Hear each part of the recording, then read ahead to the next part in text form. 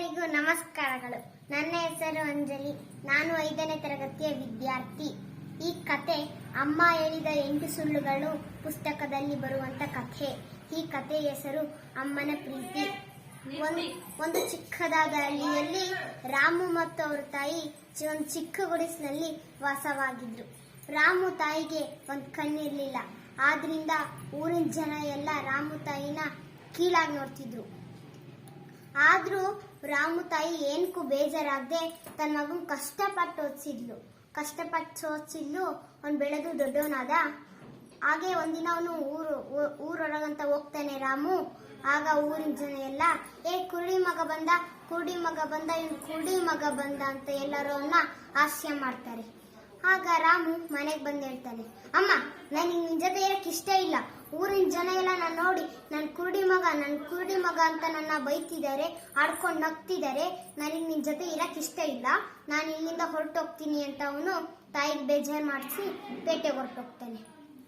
1-2 ದಿನ ಆದ್ಮೇಲೆ ರಾಮು ಕೆಲಸ ಸಿಗುತ್ತೆ, ಜೊತೆಗೆ 2 ಮಕ್ಕಳು ಆಗ್ತವೆ, ಮದ್ವೆನೂ ಆಗುತ್ತೆ.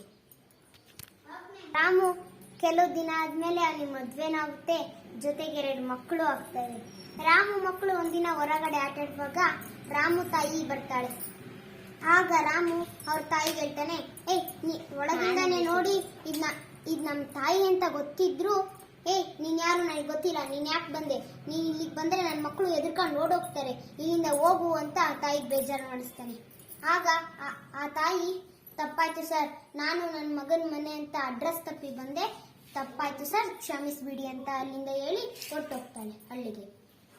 ಆಗ ರಾಮು ಆಫೀಸಿಂದ ಒಂದು ಕೆಲವು ದಿನ ಆದ್ಮೇಲೆ ರಾಮು ಆಫೀಸಿಂದ ಹಳ್ಳಿಗೆ ಹೋಗಿ ಕೆಲಸ ಮಾಡ್ಬೇಕಂತ ಯೋಜನೆ ಬರುತ್ತೆ. ಆಗ ರಾಮು ಅದೇ ತನ್ನ ಹಳ್ಳಿಗೆ ಹೋಗಿ ಎಲ್ಲ ಕೆಲಸ ಮುಗಿಸಾದ್ಮೇಲೆ ಅವ್ರ ಮನೆ ಹತ್ರ ಹೋಗ್ತಾನೆ.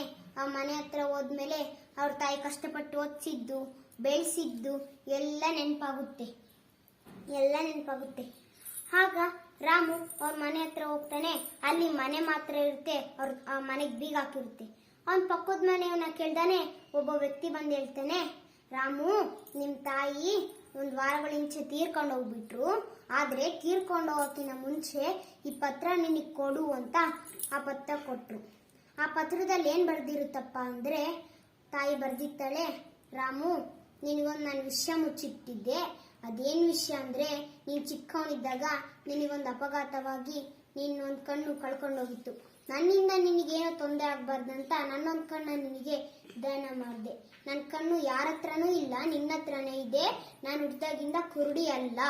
ರಾಮು, ನಾನು ನಿನ್ನ ಹತ್ರ ಒಂದೇ ಒಂದ್ಸಲಿ ಅಮ್ಮ ಅಂತ ಕರ್ಸ್ಕೋಬೇಕು ಅಂತ ಆಸೆ ಅಂತ ಅದರಲ್ಲಿ ಬರ್ದಿರುತ್ತೆ. ಆಗ ರಾಮು ಅಲ್ಲೇ ಅಮ್ಮ ಅಂತ ಕುಸಿದು ಬೀಳ್ತಾನೆ. ಈ ಕತೆ ನೀತಿ, ಬಾಹ್ಯ ಸೌಂದರ್ಯಕ್ಕೆ ಬೆಲೆ ಕೊಡಬಾರ್ದು, ಆಂತರಿಕ ಸೌಂದರ್ಯಕ್ಕೆ ಬೆಲೆ ಕೊಡಬಾರ್ದು. ಅಮ್ಮನ ಪ್ರೀತಿ ಎಲ್ಲರ ಪ್ರೀತಿಗಿಂತ ಬಹಳ ದೊಡ್ಡದು.